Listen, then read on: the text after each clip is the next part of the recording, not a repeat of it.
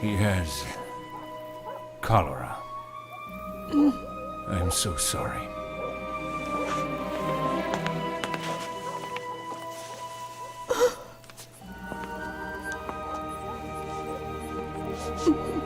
Papa, Mama, listen to me.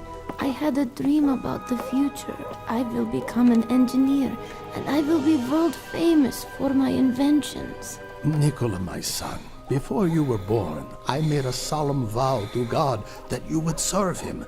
If he heals you, you will become a priest. Papa, please. I know I will recover if I become an engineer, and then everything will work out for the best.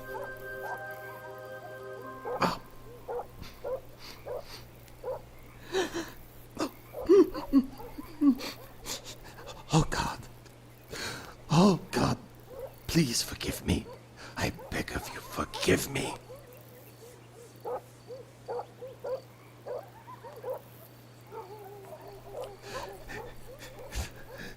Yes, fine. You can be whatever you want to be. I give you my blessing.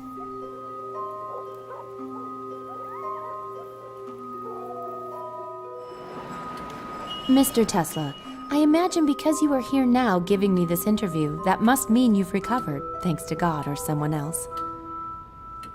Yes, to the complete surprise of everyone in my village, I made a complete recovery in just a few days. I continued in school, at the Graz Institute and Paris University, becoming a successful electrical engineer. The illness led me to discover abilities I never suspected I had. I started to have these clear visions. Flashes of light began to cover the pictures of real objects. In time, they simply replaced my thoughts. My mind developed a new and different process. Using this process, I could construct an invention in my mind first, where I could perfect it. And only after designing it completely in my mind would I then test it in the laboratory. That's the way it's been, all of these years. Stop that. Writing down the story of my life, you will need a lot of ink. Here, you can use this instead.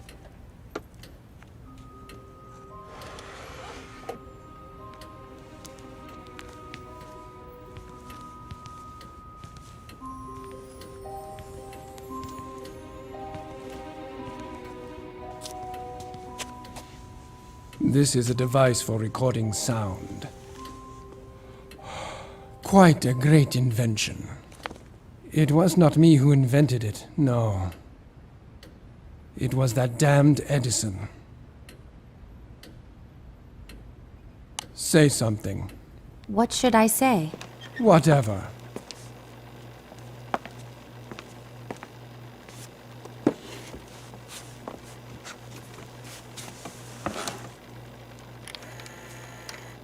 Say something. What should I say? Whatever. Now, let's start from the beginning. I first met Edison in Paris in the year 1882. I met him because of inept engineers. The Continental Company owned by Edison couldn't finish the construction of a power plant. A plant for the Strasbourg railway station. They promised to pay me $25,000 if I was able to figure out what the problem was. I managed not only to find the defect, but fix it. By spring 1884, the power plant was working.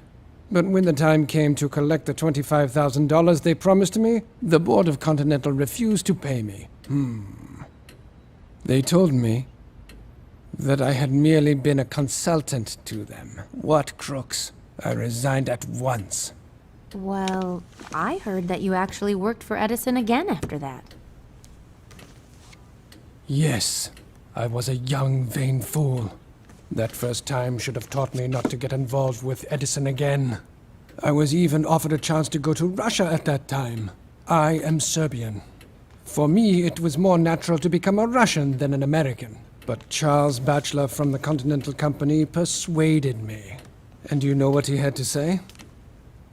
He said he knew only two geniuses in the whole world, me and Edison. He promised me the chief engineer position of his company in America. He compared me to the great Edison, who was an idol to me. I was 28 and unemployed, so it didn't take much for me to completely lose my head. Obviously, I agreed. Edison was always a quick thinker. No wonder they called him Big Head behind his back. But he was a man without a conscience. You'll start as a regular engineer. You'll be in charge of fixing the electric motors and DC generators. But Mr. Batchelor promised me that I don't care what he promised you. I employ people and I define what they do in my company, and you, young man, will have to work hard to prove your value to me. Of course, I was never given the chief engineer position. I was an immigrant with 4 cents in my pocket. I had 2 options to choose from. I could beg in the street, or show that man my worth.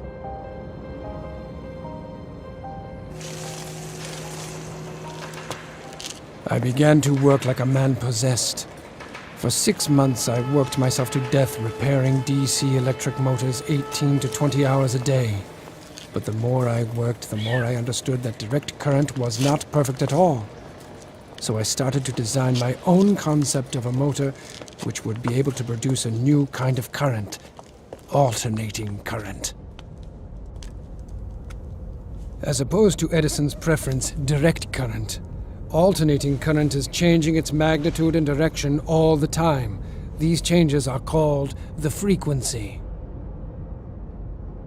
But the most important difference between AC and DC is that the direct current power plant using the usual voltage can transmit electricity effectively really no more than 1 mile. This means that in order to illuminate New York using direct current power plants, we had to build a huge network of local stations. But with alternating current, this would not be the case. Using AC to illuminate New York, we needed only one big power plant.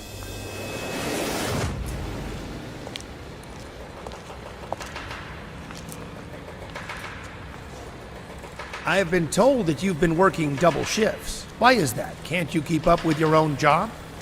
I can. But I'm also working on the AC machine as well. But AC makes no sense. My DC generator works perfectly. Well, not quite. Show me. It could be improved. Take a look at what I've designed here. You have some brains, but you're a foolish immigrant. Now hear this. If somehow your crazy ideas can manage to improve my inventions, I will pay you $50,000. Understand? I'll do it.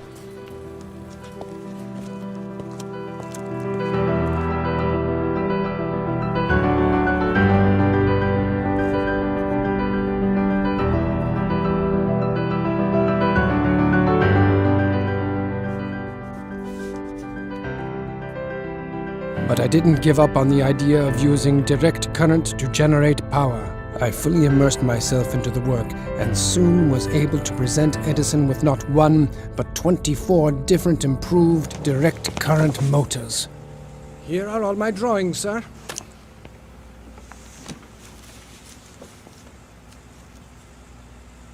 Not bad. That is, not bad for an immigrant. So when will I be getting my $50,000? 50,000? Young man, you don't seem to understand American humor.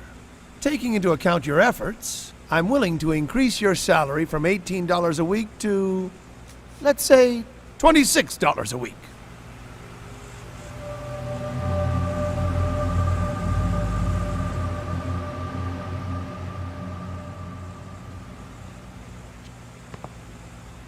Business by nature is filled with cheating. And there was nothing uniquely American in the fact that I was duped. But it was one thing to be deceived by the functionaries in Edison's office in Paris, but here, I quit immediately. I was forever disillusioned in the great American inventor Edison. 1, 2, 3, 4, 5, 6, 7, 8, 9, 10, 11, 12, 13, 14, 15, 16, 17... Fine. Care to join me? Thank you. I try to keep to a schedule.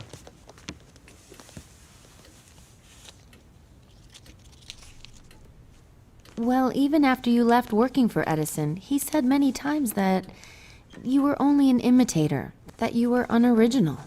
Imitator? Not quite. I was always his opponent. I always made other choices. Consider the war of currents. I must admit, the 2 years after I left Edison were very hard. I had not a penny to my name. I never took money too seriously. I never did, except for at that terrible time. At that time, I worshipped every penny. My breakfast cost 4 cents. My dinner cost the same. And sleeping on a floor at night cost me 5 cents. This lasted for a year. In order to earn my living, I had to find part-time jobs. Day laborer, porter, digger of ditches. I lived for the moment. I had no money to think about tomorrow. When autumn came, I rented a single bed in a common room for 10 cents a night. What a luxury. Edison must have been gloating. But one day, everything started to change. My friend Brown introduced me to entrepreneurs who were interested in electricity, and they invested money in my talent. It was an amazing transformation. In one moment, I went from being a beggar to becoming co-owner and manager of a serious company dealing with the installation of new arc lamps in the streets. I thought it was ironic that I rented an office next to Edison's company. We had received many orders from all over America for our electrical products. Our business quickly became a success. I created models of generators, transformers, and all the necessary equipment for the operation of two-phase alternating current devices.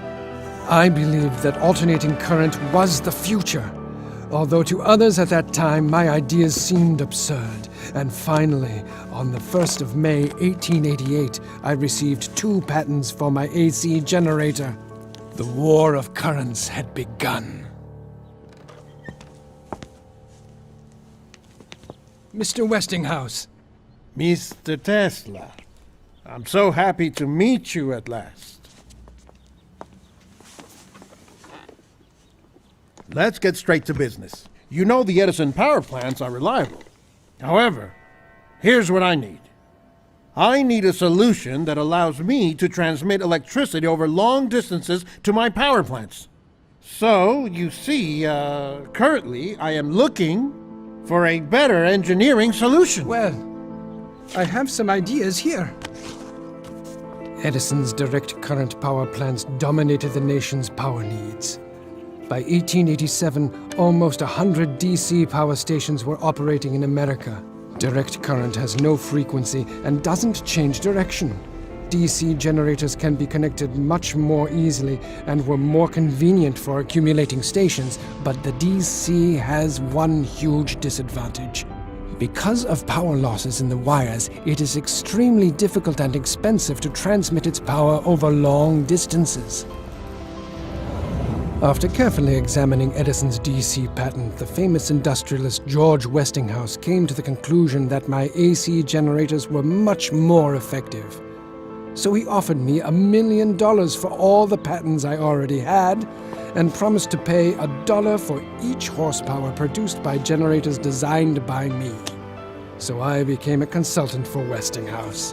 That day I gave my dear friend Brown a check for $500,000 for everything he did for me. A new era began in my life.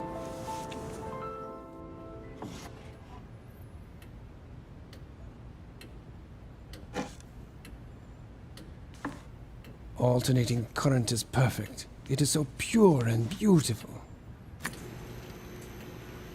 It has the unique ability to disinfect any kind of surface, including the human body, killing microbes without causing any harm to the body's tissues. Is that dangerous? Don't worry. You can touch it.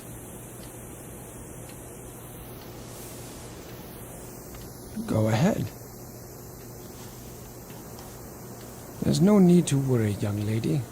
I've passed 1,000,000 volts of current through my body, and you see, I am still very much alive. If the frequency is above 700 hertz, the current simply flows over your body.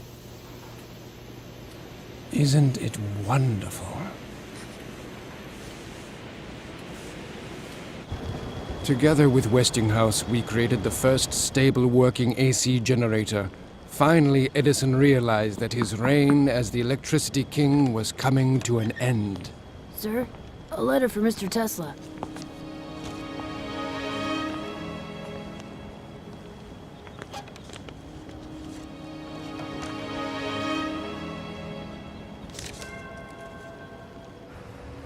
Edison immediately brought a lawsuit against us for infringement on his patents. But of course he lost, as all my inventions were authentic.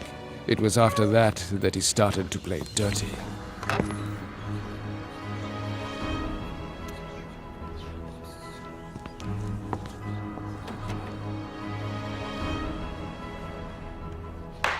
At Edison's instigation, a new type of execution was adopted. The electric chair. And of course it used my alternating current. Poor Westinghouse objected and even hired a lawyer for Kemmler, who was the first person in the world to be sentenced to death by electric chair. What a grisly way to die. Despite all Edison's attempts to discredit my inventions and tarnish my reputation, my alternating current became more and more widespread. Westinghouse and I were gaining ground in this war of the currents. But the sweeping success of AC played a cruel joke on my benefactor and supporter Westinghouse. One day his investors remembered about the agreement I had made with Westinghouse. He was obligated to pay me $1 for each horsepower generated by alternating current. By that time, there were so many AC generators, I would have received $12 million and been one of the richest men in the world. But the man who believed in me and in my alternating current would go bankrupt. So I tore up my contract with him. Westinghouse had to continue his fight for alternating current. That crazy Edison wouldn't leave us alone. He wanted to prove that our AC was worse than his DC so much that he filmed animals being brutally killed with alternating current and then showed these movies to the public. Yes, I remember in 1903, that poor elephant, Topsy, he electrocuted her to death. The soup is cold, and Edison lost anyway. In the end, you know what he did? He started producing his own AC power generators. And there have been no direct current stations built in 20 years. So, I won.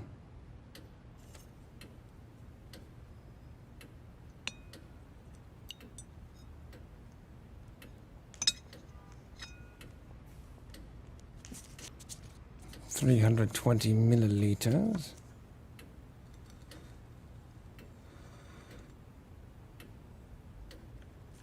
Plus or minus 15. Average the two by what are you doing? circumference. Well, it's a strange thing. But I can't really enjoy my meal if I don't know the exact amount of food which I'm going to eat.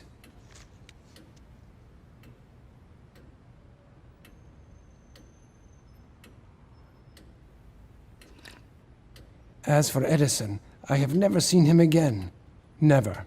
Even after he burned my laboratory. You mean the fire on Fifth Avenue? Many speculated it could have been sabotage. Even at that time, people were asking which of your employees were bribed by Edison. Do you know how it came to this? For 7 years, I worked in my laboratory studying magnetic fields and high-frequency currents. It was a productive period for me.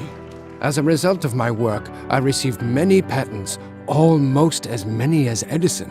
As a result, the American Institute of Electrical Engineers invited me to lecture about my achievements in front of the most prominent electrical engineers of that time. I lit lamps simply by putting them in an alternating electromagnetic field. I showed how to transmit electricity without wires. I sent out lightning and used my hands to pass a current of 1,000,000 volts through my body. It was a huge success. I received a great ovation, and for the first time was called by my peers a man of the future. They offered me Faraday's chair, saying that since his death, no one else had been worthy to sit in it. Then they let me sip the whiskey from Faraday's cherished bottle. It was a great honor. Edison, of course, could not stand them recognizing me. On the 13th of March, 1895, there was a fire in my laboratory on South Fifth Avenue.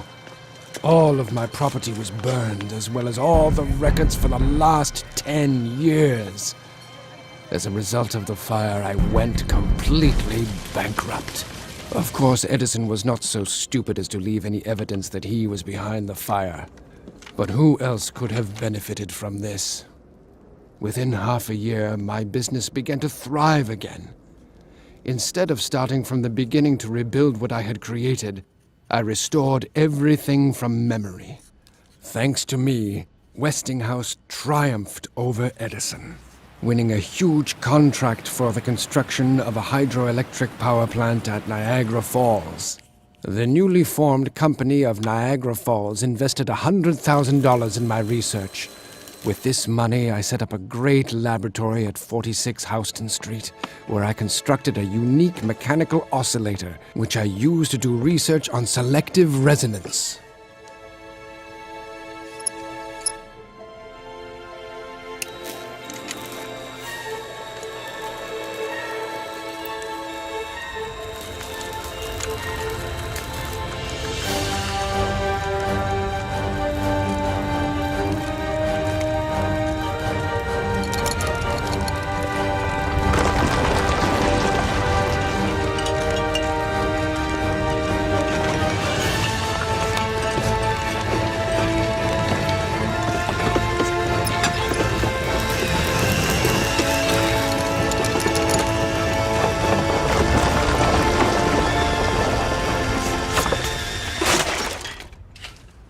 I could destroy the Brooklyn Bridge in a couple of minutes. That's what selective resonance means. It's possible to destroy any object you choose with a stationary, uniform vibration. The whole block of buildings was almost demolished. I've read about an earthquake that occurred in New York in 1898. You're saying that you did it? Or perhaps it was just a coincidence. Oh, what a wonderful place it was, my laboratory at 46 Houston Street. Time flew very fast there.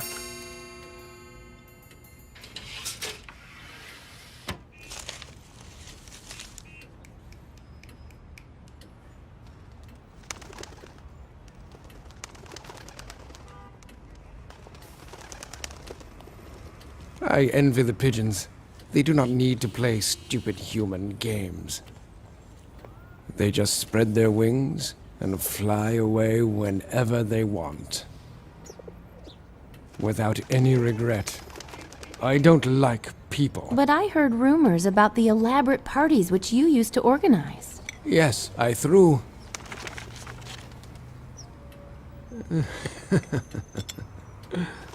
I threw great feasts, which were attended by the most interesting people of the time. Brilliant, famous people. Kipling would read his poems to us.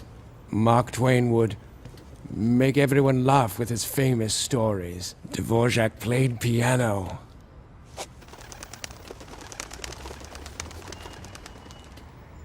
And then I would take them all to my laboratory. I showed various interesting experiments, and we talked about the future of science. Those evenings were unforgettable. I met most of these people thanks to my friendship with Robert Johnson, the chief editor of Century magazine, and his wife, Catherine. Catherine and I became great friends because we shared a great love of poetry. I never met a woman with such exquisite literary taste. Together, she and I even translated and published a collection of Serbian poetry. But the poetry we were most impressed by were the poems of Jovan Zmaj.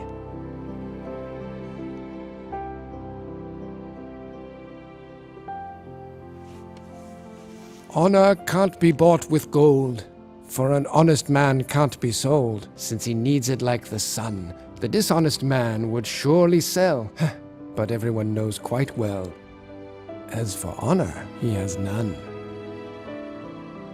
Yes, Robert was a dear friend of mine.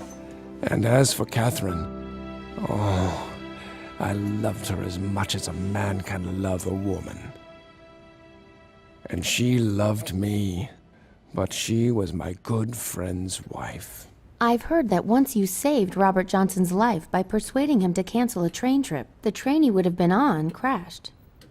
I don't know what surprises me more, the fact that you predicted the train crash or that you actually saved the life of your rival, meaning you gave up your chance to be with Catherine. You must remember Robert was a friend of mine.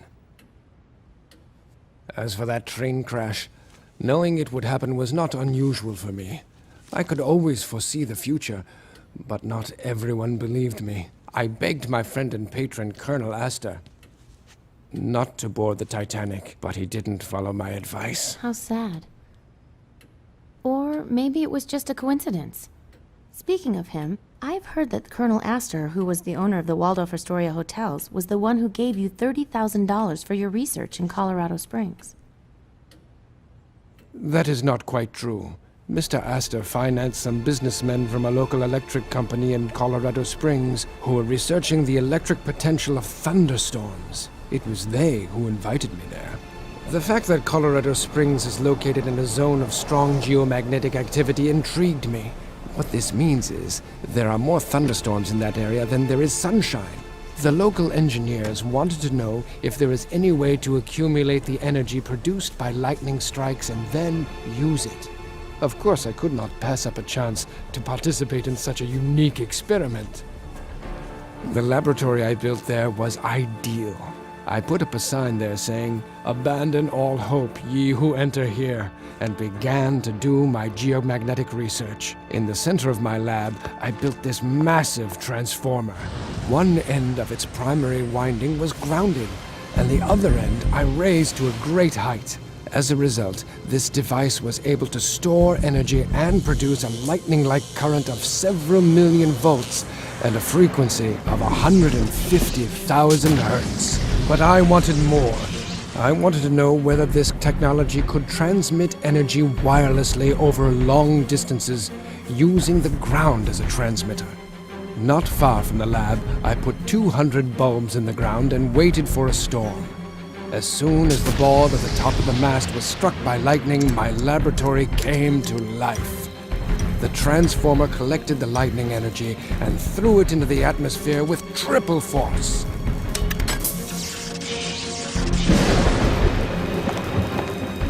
Try to imagine it.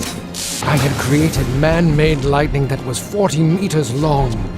The energy flow covered the city. The entire city was literally saturated with electricity. I didn't expect such an effect, but my theories had been proven. I was able to transmit an electric charge wirelessly across the ground. 200 bulbs were lit at a 25-mile radius from the Tower Razam. Unfortunately, the local power station was not ready for such a large-scale experiment. The city's generator simply burnt out. After that incredible experience, I wrote an article about the possible uses of currents transmitted by high-frequency standing wave energy. This had practical application for lighting, heating, the control and movement of electric transport. Electricity could be used everywhere. It could be transported through the ground, in the air, used for automatic machines. The wireless uses of electricity are endless. Yes, I remember reading it. There were so many fantastic predictions. How to harness energy from the sun, aluminum, the metal of the future, using the Earth's internal heat, transfer of electric power anywhere in the world without the use of wires, interplanetary radio communications. It was that article I wrote that caught the eye of the well-known banker and industrialist John Pierpont Morgan. And he decided to meet with me. Imagine how much benefit wave energy could have for mankind. That sounds interesting. I want you to work on the development of radio communications. I need a cheap but reliable connection that will work so I can communicate over long distances. To get you started, I'll give you $150,000 to cover your costs of research. After that, we'll talk. Radio. What mediocrity. But I agreed to what Morgan asked of me, to have the opportunity to continue working on the wireless transmission of electricity. We bought several acres of land on Long Island and started the construction of a wireless transmission power station. It was a 57-meter tower frame with a steel shaft that went deep into the ground. A huge copper hemisphere which worked as a powerful amplification transmitter was installed at the top of the huge structure. The idea for the project was to use the resonant buildup of the ionosphere. I was sure that I could accumulate the energy extracted from the air anywhere in the world and use that energy in any kind of form, as an explosion of thousands of bombs or a man-made aurora borealis. I lit the sky for thousands of miles. However, Morgan, that blind man, wasn't inspired. There's something I still don't get. How can we use your light show for the purpose of transmitting radio signals? I'll explain, sir. The real future use of this experiment As is you know, communicating by Marconi me. sent radio signals from England to Canada 5 years ago. I invested in you because I knew about your outstanding abilities. But after what I've seen today, I still need a radio. Mr. Morgan. Sir. Sir, with this plant we can send energy for thousands of miles, not just some radio signals. You could have a second wireless tower I am built not near the interested Niagara Falls in things New unless York. they give me an immediate commercial profit. I need radio signal transmissions. Marconi! I want you to know I was 3 years ahead of Marconi, that simpleton. And that Russian Popov. In 1893, I developed my first radio 5 years before them. Morgan cut off all his funding.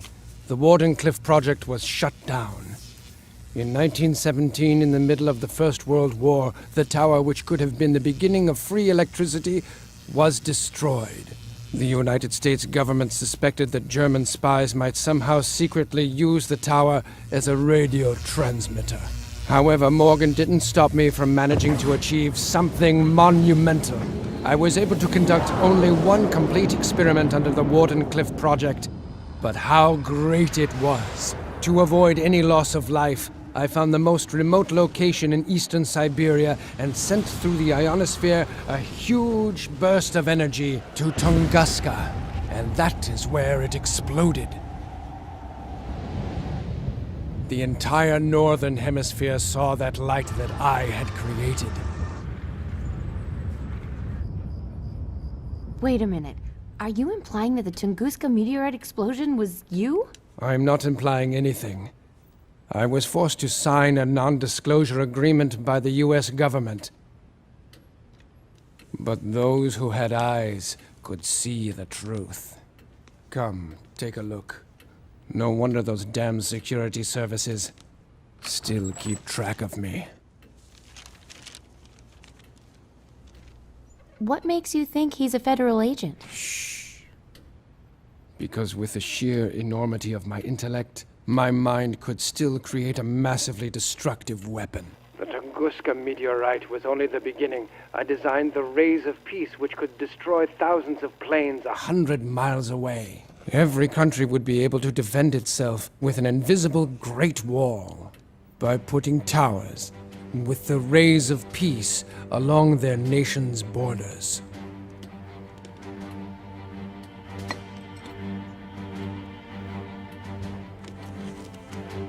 Of course, the military would give anything to get their hands on my rays of peace, so they could turn them into rays of death.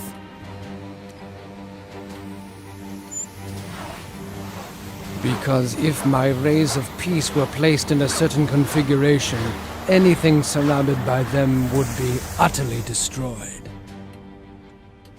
I could be the main secret weapon of the Pentagon, but I hate war. But that's the way our world works. Governments have a way of turning peaceful inventions into weapons.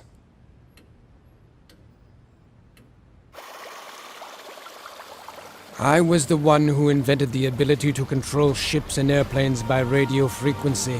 I introduced the first radio-controlled ship in 1898 during the New York Electrical Exhibition. Once I had perfected this technology, I brought about the era of larger, more practical toys.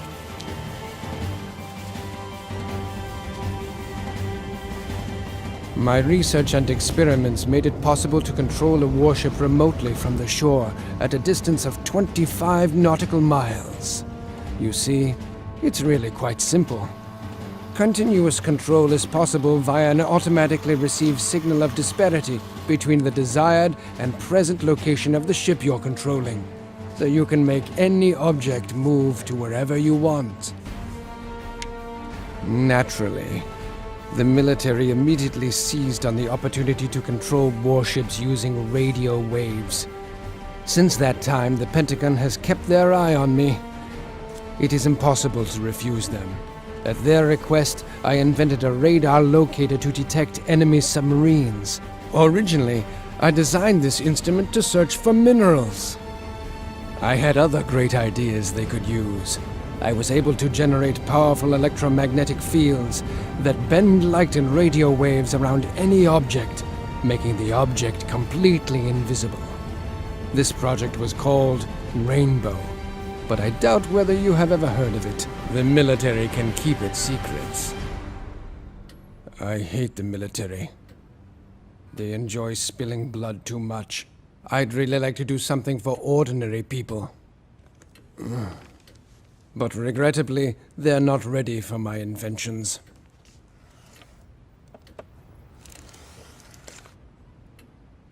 They're blind and stupid. Once I decided to prove to the general public that energy is present in the air, so I designed and assembled an 80-horsepower alternating current electric motor. Then I installed it in a new car, replacing the gasoline engine as its power source. My electric motor functioned flawlessly for an entire week without an additional power source. It also accelerated the car up to a speed of 150 kilometers per hour. But to my great surprise, none of the entrepreneurs or the public were interested in my invention. It was astounding. Was there really no one who would be interested in something that cannot be sold? Because people would never have to pay for energy from the air. At that time, a couple of newspapers published articles accusing me of having connections with the evil spirit. This deeply offended me. I took my motor and never again showed it to anyone. When I lie quiet in bed at ease, then let my time be done. If you fool me with flatteries, till my own self's a joy to me. If you snare me with luxury, let that be the last day I see. Goethe. Right. The scene where Faust sells his soul to Mephistopheles. So you have no connections to dark forces?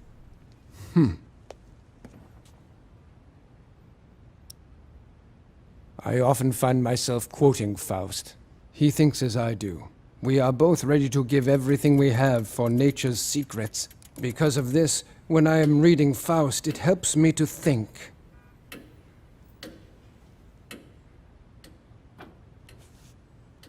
My greatest inventions were born while I was engrossed in poetry. In 1915, the Nobel Committee even wanted to give me the Nobel Prize in Physics, but I refused it. The reason? They wanted me to share it with Edison. I must admit, to his credit, Edison did the same. However, I couldn't refuse the gold medal of Edison given to me by the Institute of Engineers and Electrical Technicians, but the very sound of the name Edison annoyed me. So I cut the medal in half and used the gold to pay 2 of my secretaries for their work. Can I take the dishes and clean the room now? Take the dishes away, and leave us immediately. I can't stand earrings, especially pearls.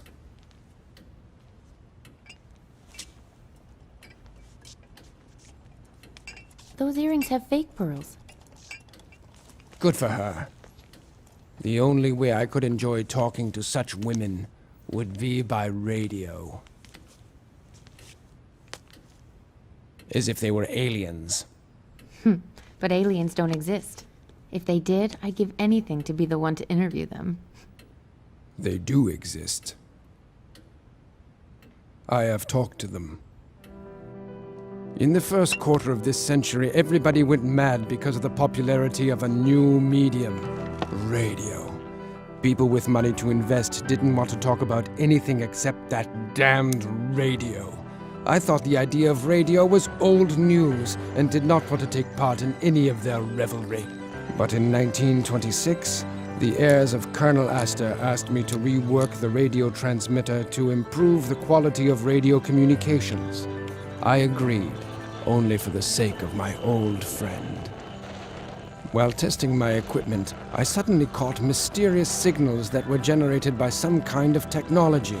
According to my calculations, they were sent from Mars, with a probability of 94%. But it happened only once. Perhaps it was because Mars was closer to the Earth than it had been in several thousand years. The signals stopped, and I could never prove that I had really caught the radio signals from Mars. But my contact with Mars had become the talk of the town. H.G. Wells mentioned my experience in his novel, The First Men on the Moon. There is definitely someone out there. Someone who wants to meet us just as we want to meet them. I believe someday we will meet them, creatures that can overcome the stellar abyss. We could learn so much from them. Unless, of course, they rip our guts out first. All of us are predators in this universe. You, me, the cat. Is that cat yours? Cats don't belong to anyone. That's why I love them. They produce electricity out of thin air, like I do.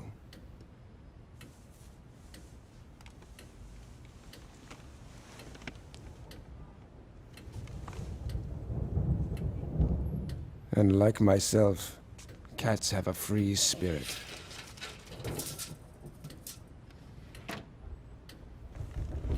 Here's a storm. So aren't you afraid? Me, afraid of the storm? Once when I was a child, there was a terrible electrical storm.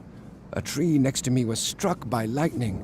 I felt as if the electricity was passing through me, but I didn't feel that it was hurting me. That's why I feel like I'm part of the storm when it arrives. I don't need a generator to produce power. I understand the greatest mysteries of existence. I can control the energy of the universe. I possess that kind of power.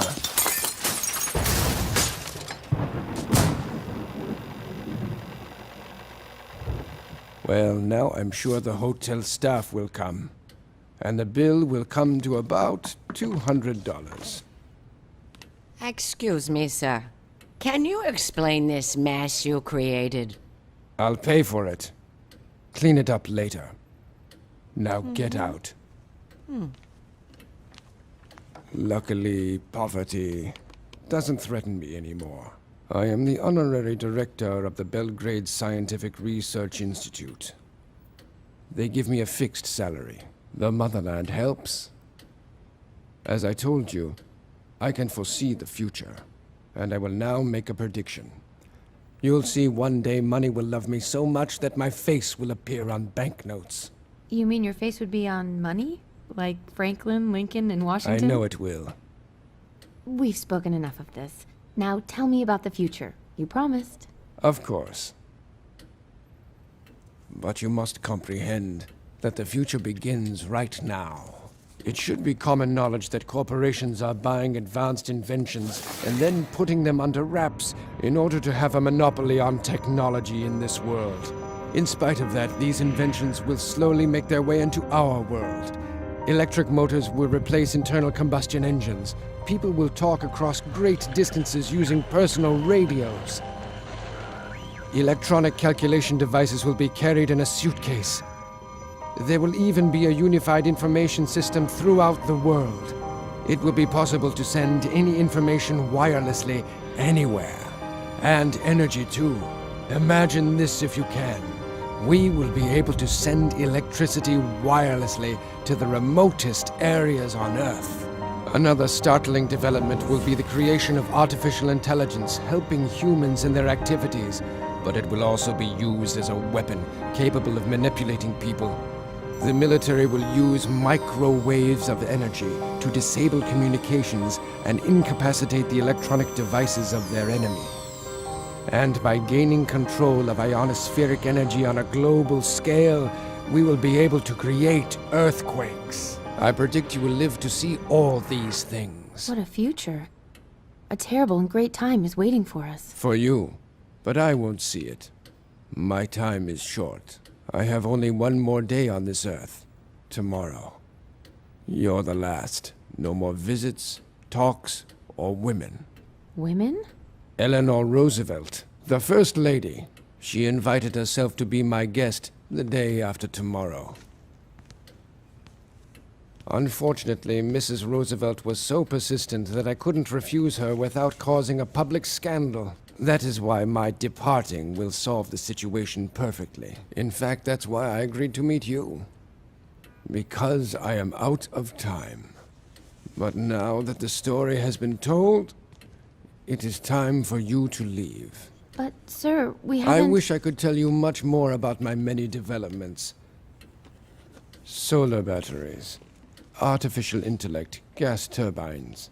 But as I said, I am completely out of time. We will never meet again. No one will ever know to where I've disappeared. But, sir, Not another word. Just go. What a pity. You'll never have the opportunity to use all the things you heard from me.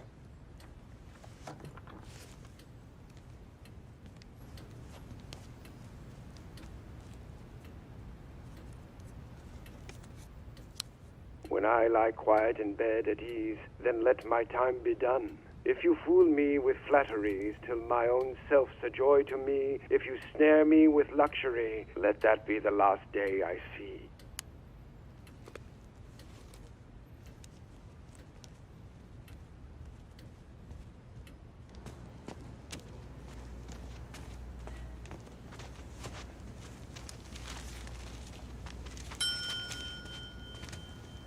I'll take that tape recorder you have, please. what gives you the right to demand this of me? I'm protected by U.S. law under the Freedom of Information. Actually, that's not true, ma'am. Everything this man produces is considered property of the U.S. government and subject to seizure. So please, don't make things more complicated for yourself. Now I have a warning for you. If you tell anyone about this, you'll be imprisoned in Leavenworth the rest of your life. Understand, ma'am?